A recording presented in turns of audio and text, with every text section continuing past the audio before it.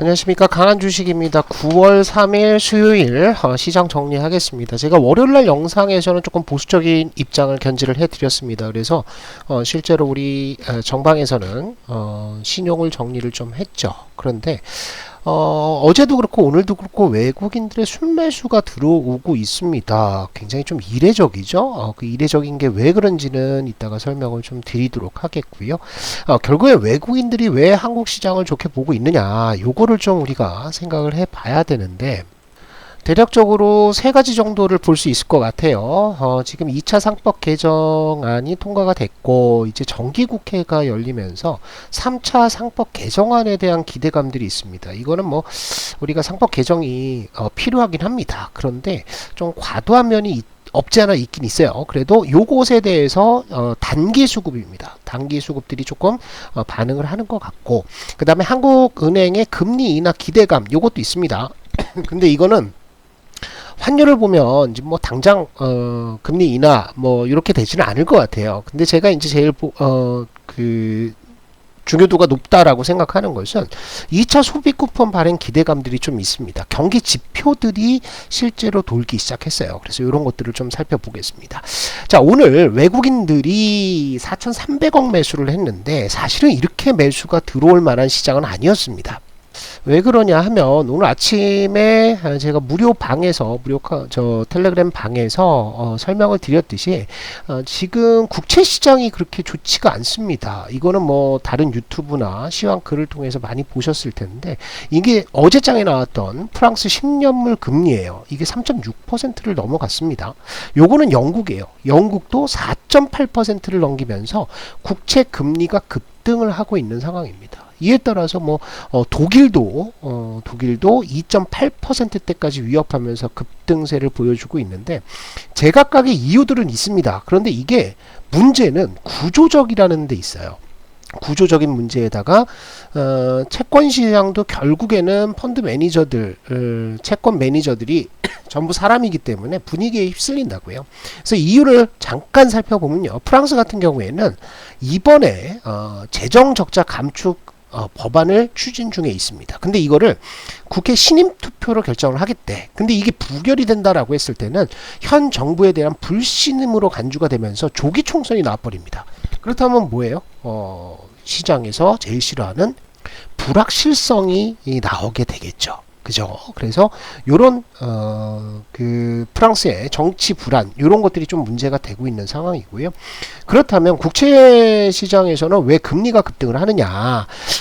불안하니까 이자를 좀 더 줘.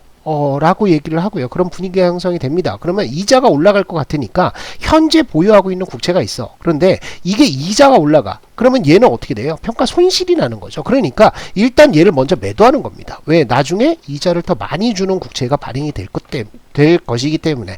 이런 메커니즘이라는 거죠. 그 다음에 독일 같은 경우에도 일단 독일은 전통적으로 균형 재정을 고집을 하고 있습니다. 그래서 보시면 아시겠지만 뭐 영국이 4.8% 10년물 국채 금리를 보여주고 있는 반면 독일은 2.8%라는 거죠. 균형 재정이기 때문에 독일이 훨씬 더 튼실하다라고 느끼고 있는 거고, 독일 국채가 안전하다라고 느끼고 있는 겁니다. 그런데 독일 국채도 역시 독일도 국방비 증액을 위해서 재정 적자를 확대하는 방침으로 나가요. 이제까지는 균형 재정이었단 말이야. 그런데 재정 적자를 보면서 돈을 풀겠다라는 거죠. 그러면 돈이 어디서 나느냐? 결국엔 국채 발행을 하겠네 라고 생각하겠죠. 그러면 국채 발행이 많아지면 당연히 금리는 오를 겁니다. 그래서 지금 현재 가지고 있는 국채 팔아. 그래서 국채 금리가 올라가는 거죠. 영국도 역시나 마찬가지입니다. 영국은 인플레이션이 잡히지를 않고 있어요. G7 국가 중에서 제일 높은 수준을 유지를 하고 있습니다. 그런데 GDP 성장률은 상당히 낮단 말이에요. 그죠? 그래서 일단 영국의 경제 체질 자체가 약한 상태이기 때문에 국채 금리가 높았습니다. 그리고 영국의 연금 펀드에서 길대채를 전통적으로 매수를 해줬었는데 그 규모가 요즘에 줄고 있어요. 그러니까 수요가 줄고 있다는 거야. 수요가 줍니다. 그 다음에 이런 일예를 한번 보시면은 얼마 전에 사상 최대 규모인 140억 파운드에 달하는 10년물 국채를 발행을 했는데, 국채 경매에서, 그러니까 국채를 발행을 할 때요, 이렇게 금리를 최저. 요렇게 금리를 정해 놓습니다. 밴드를 정해 놓고 여기에서 경매를 합니다. 경매를 하는데 이 최상단에 붙어버렸다는 거예요. 그러니까 수요가 줄어든다는 거죠. 그러면서 이렇게 영국, 프랑스, 독일의 국채 금리가 올라가 버립니다. 그럼 미국 국채 금리도 역시나 올라가는 거죠. 이게 구조적인 문제가 될 수도 있다. 구조적인 문제라는 것은 상당히 오랜 기간 동안 국채 금리 상승 때문에 시장이 어려울 수 있다라는 거예요. 그죠. 그래서 외국인들은 어제도 미국장에서 매도가 좀 나왔고요. 유럽 증시도 하락하는 모습을 보였는데 한국은 어제도 그렇고 오늘도 그렇고 외국인들이 장 초반부터 시작해서 꾸준히 매수를 했습니다. 동시호가 때는 더 담아버렸죠. 그죠. 그러면서 오늘 4,300억 정도의 순매수를 기록을 했습니다. 뭐 일단은 좋은 거예요. 코스닥 시장도 역시나 장 초반에는 매도 나오죠. 그죠. 쭉 매도, 반도체도 매도하고 중소형주는 특히나 요즘에 좋지 않다라고 그랬으니까 매도가 나왔는데 오후장 들어서 가파르게 매수하더니 순매수로 돌려서 끝났습니다. 외인들이 거의 다 받아준 거죠. 그런데 외인들과 기관들의 수급을 한번 보시면 이렇습니다. 외국인들이 그동안 매도를 많이 했어. 현물시장에서 5천억, 4천억, 1,500억 이렇게 매도하다가 찔끔 매수하다가 다시 거의 8천억 때렸고요. 그 다음에 2천억, 그죠? 그 다음에 4천억, 3천억 이렇게 때리다가 이틀 연속 매수를 하고 있어요. 자, 제가 이제 기존에 방송이나 글을 보시면 제가 이제 걱정했던 것은 외국인들이 이렇게 매도를 때릴 때 이 물량을 누가 받아갔느냐? 기관이 받아갔는데 기관 중에서도 누구냐 하면 얘네입니다. 금융투자예요. 금융투자. 이 금융투자 쪽은 뭐 증권사라고 생각을 하세요. 증권사가 자기가 갖고 있는 돈을 가지고 샀다 팔았다 하는 거야. 옛날에 이제 프랍팀도 있고 그랬는데 지금은 뭐냐 하면 전부 다 이게 프로그램입니다. 프로그램 매매가 들어와서 이 물량을 다 받아줬어. 그런데 이 프로그램 매매는 통상적으로 1주에서 2주 단위로 샀다 팔았다를 합니다. 그래서 이게 매물이 나왔을 때 개인들한테 다 넘어가게 되면 상당히 어려운 시장이 되는 거죠. 그러니까 개인들이 계속 매수하고 기관들, 특히 이제 금융투자 쪽에서 프로그램 매도를 내놓으면서 시장이 하루 종일 빠지는 그런 흐름들이 잘 나와요. 그죠? 근데 그 물량을 이틀 동안 거의 1조 원 가깝게 외인들이 소화를 해줬다. 이거는 괜찮습니다. 나쁘지 않아요. 그죠? 자, 그러면 외국인들이 이렇게 매수하는 이유는 뭘까? 자, 첫 번째는 이겁니다. 상법 개정안이 다시 처리가 될 것으로 보여요. 이게 이제 3차죠. 3차 상법 개정안 얘기가 나오고 있습니다. 이제 정기국회가 열리면서. 근데 이 내용들, 뭐 여러 가지 내용이 있지만, 자세히 뭐 볼 건 없어요. 그런데 가장 중요한 것은 이겁니다. 자사주예요. 자사주 소각 의무화를 시킵니다. 이게 양날의 검이긴 해요. 자사주 소각 의무화. 그 다음에 자사주를 가지고 있으면 여태까지 기업 측에서 재벌 측에서 뭘 했냐 하면 EB 교환사채죠. 그 다음에 BW 신주인수권부 사채 요런 사채 발행을 한단 말이지. 그런데 이 사채 발행에 자사주를 가지고 꼼수를 좀 썼었어요. 이건 이제 일본에서도 문제가 됐었는데 이게 이제 어떤 문제냐 하면 여러분들 자사주가 있어. 회사에 자사주를 요만큼 갖고 있단 말이지. 이거는 누구 거예요? 누가 갖고 있는 거야? 회사가 갖고 있는 거야. 회사는 누가 갖고 있어? 대주주가 가지고 있죠. 그죠? 대주주. 그런데 대주주가 돈이 필요해. 그래서 예를 들어서 1,000억짜리 사채를 땡긴다고 쳐봐요. 사채를 땡기는데 뭐 교환 사채가 될 수도 있어요. 이거는 이제 나중에 이자 내고 그러다가 주식으로 교환할 수 있는 거야. 요 신주 인수권부 사채는 신주를 살 수 있는 권리를 주는 거야. 근데 어찌됐든 주식이 늘어나는 거란 말이지. 그러면 주식이 늘어나. 주식이 증가를 하면 대주주 입장에서는 어떻게 됩니까? 대주주 입장에서는 지분율이 높아져요, 낮아져요? 낮아지겠지. 그죠? 지분율이 낮아지는 겁니다. 그런데 가지고 있는 자사주를 가지고 자사주로 교환해 줄게. 아니면 신주 인수권, 신주를 주는데 뭘 준다? 자사주를 준다는 거야. 그러면 회사 안에 쌓여 있던 이 자사주가 그 사채가 이 자사주를 받아가게 된다면, 그죠? 교환을 하게 된다면, 요것은 시장에 풀립니다. 시장에 나와. 시장에 나오는데, 어떻게 됩니까? 그러면 개인 투자자. 그죠? 이걸 가지고 있는 사람들의 지분율은 어떻게 돼요? 지분율이 희석된다라고 얘기를 하죠. 지분율이 낮아져. 그죠? 그런데 대주주의 지분율은 신주가 아니고 가지고 원래 발행돼 있던 자사주를 가지고 교환을 해주고, 그죠? 신주로 줬기 때문에 지분율이 낮아져, 안 낮아져? 안 낮아지는 거예요. 그죠? 이거를 악용을 했었다라는 거지. 그래서 이거를 막는다라는 거예요. 그래서 이번 상법 개정안을 보시면 자사주 소각도 의무화하고, 자사주 가지고 이렇게 교환사채와 신주 인수권료 사채로 돌려 쓰는 거를 막겠다라는 겁니다. 그래서 이거는 단기적으로 호재죠. 자사주 소각이 의무화가 되면, 자사주를 소각을 시키면 당연히 EPS 올라가겠죠. 그죠? 이거는 주가 상승 요인이야. 그래서 이런 것들이 단기적으로 이슈가 한번 될 수 있습니다. 그런데 우리 이제 보셨듯이 2024년도에 밸류업 프로그램이 나왔습니다. 그죠?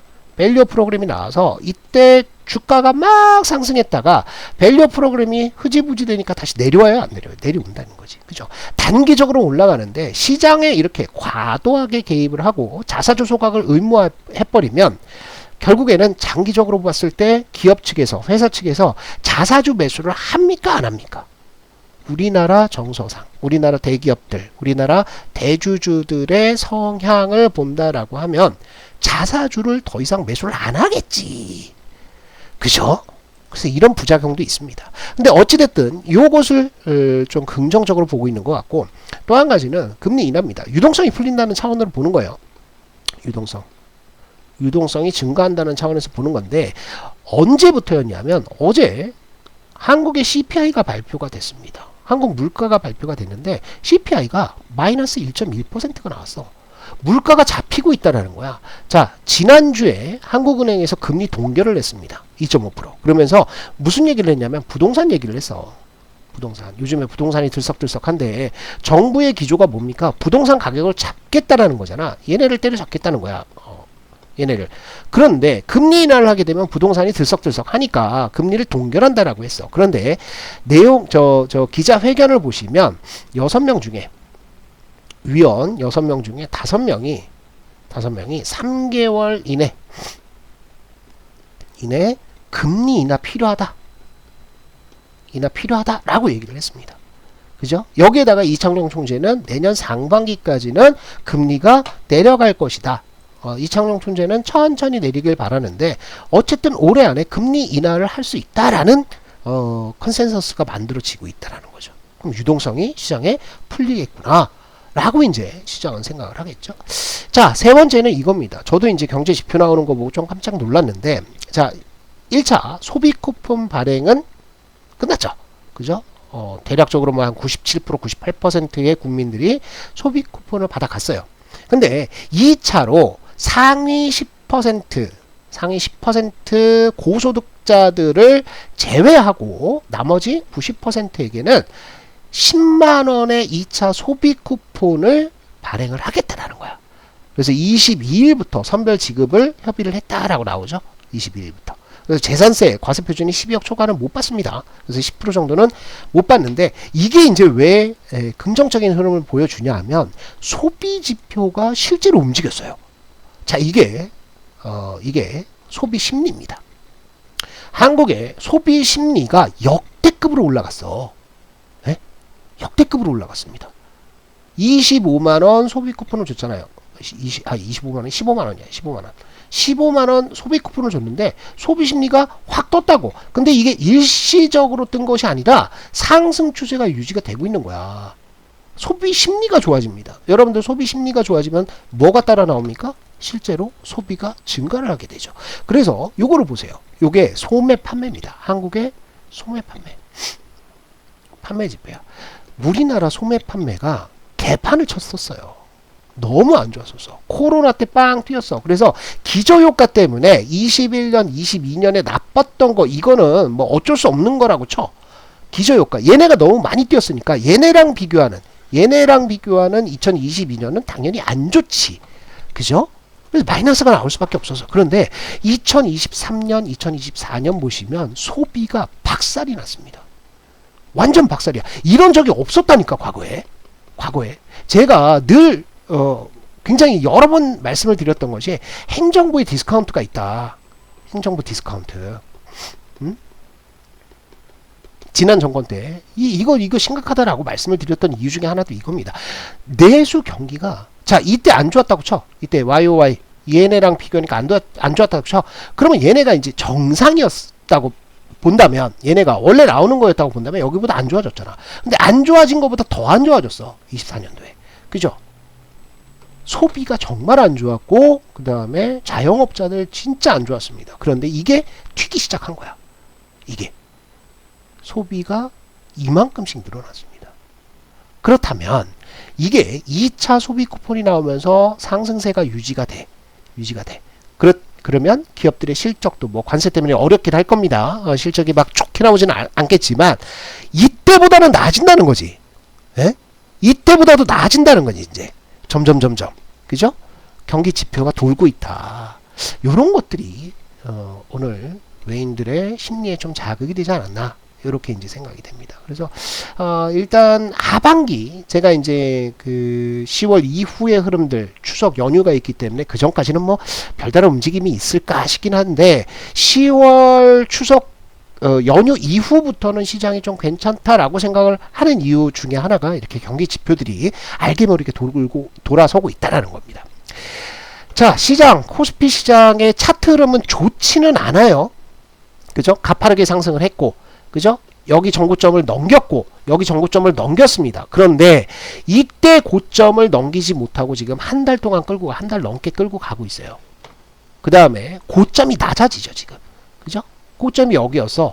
그런데 반등 나왔는데 고점이 여기야. 반등 나왔는데 고점이 여기야. 반등 나왔는데 여기야. 그죠? 그러니까 지금은 조정 구간이 맞습니다. 조정 구간이 맞고 여기에서 버티지 않고 원래는 이렇게 조정이 나왔어야 되는데 이렇게 버티고 있는 것은 일단 소비 쿠폰의 힘도 컸던 것 같아요. 그 다음에 정부의 증시 부양 의지 이런 것들이 진짜 올리지 않을까? 이런 심리 때문에 이걸 밑으로 빼지 않고 버티고 있는 거 아닌가? 이렇게 생각이 듭니다. 그런데 기술적 흐름은 좋지는 않습니다. 물론 이제 수렴을 하고 있고 오늘 21선에도 갖다 붙여놓기는 했는데 여전히 이 박스권 하단을 이탈한 그죠? 여기하고 여기를 있는 요 박스권 하단의 지지선을 이탈하게 된다라고 한다면 상당히 조심해야 된다. 요거는 이제 그대로 가고요. 상대적으로 코스닥은 취약합니다. 제가 월요일날 영상에서도 대형주 지수, 그다음에 중형주 지수, 그다음에 소형주 지수를 보여드렸는데 소형주 지수가 제일 안 좋죠. 제일 개판이야. 코스닥 시장도 역시나 안 좋습니다. 얘가 7월 달에 막 올랐어. 코스피처럼 전고점 때 돌파했는데 내려올 때를 보세요. 고점은 여전히 낮아지고 있는데 내려올 때 이렇게 투매가 떨어집니다. 가파른 하락이 떨어져요. 심각할 정도로. 장대 음봉 막 2% 3%씩 하루에 갖다 박는 흐름들이 나온다. 그러니까 밑에 대고 있는 수급들이 상당히 부족하다라는 거예요. 아시겠죠? 그래서 아직까지는 우리는 경계감을 가지고 간다. 그래서 전략은 말씀을 좀 다시 드리면 신용 쓰고 있던 거 정리는 완료를 했습니다. 우리 정방에서도 신용 정리는 어제 완료를 했습니다. 그 다음에 3100포인트 뭐 정확하게는 3110포인트 전후가 되겠죠. 여기에 지지력 확인하는 거 여전히 중요합니다. 그 다음에 현금 확보는 아직 안 하고 있어요. 정방에서도 안 하고 있고 오늘 장에서도 뭐 어제 뭐 좀 밀렸던 애가 막 7% 8% 튀고 그죠? 방산 오르고 뭐 그러면서 포트 방어는 되고 있는데 현금 확보를 지금 굳이 빠르게 할 필요는 없을 것 같아. 그래서 지켜보고 있는 상황입니다. 그 다음에 이제 중요한 이벤트가 있죠. 내일 모레입니다. 금요일날 밤에 고용지표, 미국의 고용지표가 나옵니다. 이 고용지표가 글쎄요, 우려는 있어요. 왜 우려는 있냐면 여태까지 고용이 식고 있다. 고용이 둔화되는 조짐은 계속 보였거든요. 둔화가 되고 있는데 이번에 통계국장이 바뀌었거든. 통계국장이 왜 바뀐지 아시죠? 그죠? 7월달 6월 7월에 논팜 그죠? 논팜 비농업 고용지수가 수정이 됐어. 수정이 됐는데 엄청나게 수정이 됐단 말이야. 8월달 수치도 8월달에 발표된 수치도 안 좋았단 말이야. 그러니까 3개월치를 완전히 다 수정 뭐 말도 안 되게 지금 때려놨거든. 그러니까 트럼프가 통계국장 you're fired 했어. 그죠? 해고를 시켰단 말이야. 해고를 시키고 신임 통계국장이 들어왔어요. 그럼 숫자를 좀 만지지 않을까? 이런 생각이 들어요. 숫자를 뭐 인위적으로 만지질 않겠지만 그래도 유리한 쪽으로 나오긴 할 겁니다. 그러지 않을까? 뭐 이런 기대감들이 있어요. 그래서 현금 확보는 아직 안 하고 있는 상태다. 이렇게 생각을 하시면 될 것 같습니다. 그래서 일단은 공격 모드로 가지는 않는다. 그리고 언제나 시장이 삐리삐리하면 현금 확보를 좀 할 생각도 하고 있다. 요렇게 이제 정리를 하시면 될 것 같고요. 아까도 보여드렸듯이 무료 텔레그램 방 있어요. 여기에서 제가 계속해서 뭐 말씀을 드려요. 그죠? 오늘은 ISM 제조업 지표에 대해서도 말씀을 드렸죠. 그래서 단순히 수치가 얼마다 뭐 이렇게 이제 올리는 방들도 많고 그런 전문가들도 많은데 설명을 해야지. 설명을 해야지. 언제까지 날아갈 거예요. 그죠? 여러분들이 이런 지표는 이렇게 해석하는구나. 이런 지표는 이렇게 나오는구나. 그걸 알아야죠. 그죠? 제가 나올 때마다 저 ISM 제조업 지표, S&P 글로벌 PMI 지표 뭐 이런 것들이 이제 설명을 해드리고 세부 내용들, 뉴 오더, 신규 주문이 뭐냐, 생산이 뭐냐, 고용은 뭐냐, 이런 것들 또 이렇게 뭐 가중치는 얼마나 가지고 있느냐 이런 거 계속 듣다 보면 이제 알게 되거든. 알게 돼요. 그래서 이런 것들을 여러분들 배워가실 수 있다. 그리고 오늘 장중에는 미니 특강까지 좀 진행을 해드렸습니다. 미니 특강 여기 이제 막간을 이용해서 잠시 미니 특강 하겠습니다. 그래서 뭐 증시 봄, 여름, 가을, 겨울 4계절 이론들이 있죠. 그래서 그거의 역사 어렵게 안 합니다. 그래서 1920년대 뭐 콘트라 TF 장기 파동부터 시작해갖고 어떻게 됐다. 그래서 요거는 어떤 식으로 가고 그죠? 요거를 현재 시장에서 대입을 하면 지금 파동은 어느 정도 수준이다. 이런 것들 큰 뷰를 말씀을 드리고 있습니다. 그래서 초보분들은 특히나 차트만 보고 매매하시면 안 돼요. 그러지 마세요. 급등주 따라가고 그러지 마세요. 그러니까 큰 수의 법칙이라는 게 있잖아요. 큰 수의 법칙. 동전을 던져. 그죠? 동전을 던지면 두 번 던지면 앞, 뒤 이렇게 나옵니까? 안 나오지. 앞 나올 수 있고 뒤 나올 수 있고 이거를 10번 던져도 5대5가 안 나온단 말이야. 50%가 안 나온단 말이야. 그런데 이거를 계속 반복을 많이 하다 보면 그죠? 반복을 또 하고 뭐 한 1000번 하면 이 확률적인 수치로 수렴한다 이거지. 50%로. 그죠? 이게 큰 수의 법칙이야. 이게 확률이잖아요. 그런데 여러분들 단타 치면은요. 여러분들의 실력으로 승률이 얼마나 됩니까? 승률이 51%가 돼? 네? 2개 들어가서 하나 이상 먹어요? 그렇지 않단 말이지. 어쩌다가 빵 터져가지고 급등해서 20% 먹었어. 이것만 보고 또 손절 이러고 있단 말이야. 그러면 결국엔 뭐예요? 매매를 많이 하면 할수록 여러분들은 승률 40%라고 한다면 계속 까먹는 거야. 에? 승률 30%라고 하면 더 빨리 망하는 거고. 그래서 매매를 많이 할 필요가 없다라는 거예요. 저는 왜 이렇게 매매를 많이 하려고 그래. 샀다 팔았다. 여러분들의 그 실력으로 51%가 아니라 여러분들 먹을 때는 조금 먹고 깨질 때는 많이 깨지잖아. 그러면 거의 70% 가까운 확률이 될 때까지는 매매를 많이 하지 말란 말이야. 단타 이런 거 목매고 그러지 말란 말이야. 그러니까 천천히 들어와서 천천히 공부하시면서 대형주도 좀 보시고 중형주도 좀 보시고 그러면서 매매를 하셔라. 이렇게 이제 말씀을 드리겠고요. 우리 무료 텔레그램방 들어오실 수 있는 주소는 영상 설명란에 제가 링크를 걸어 둘 겁니다. 그 다음에 강한주식연구소 어플도 있어요. 어플 들어오셔가지고 도움을 좀 받으시면 좋을 것 같습니다. 자, 일단 어떻게든 우리 잘 이번 고용지표 발표 넘겨보자고요. 수고들 많이 하셨습니다.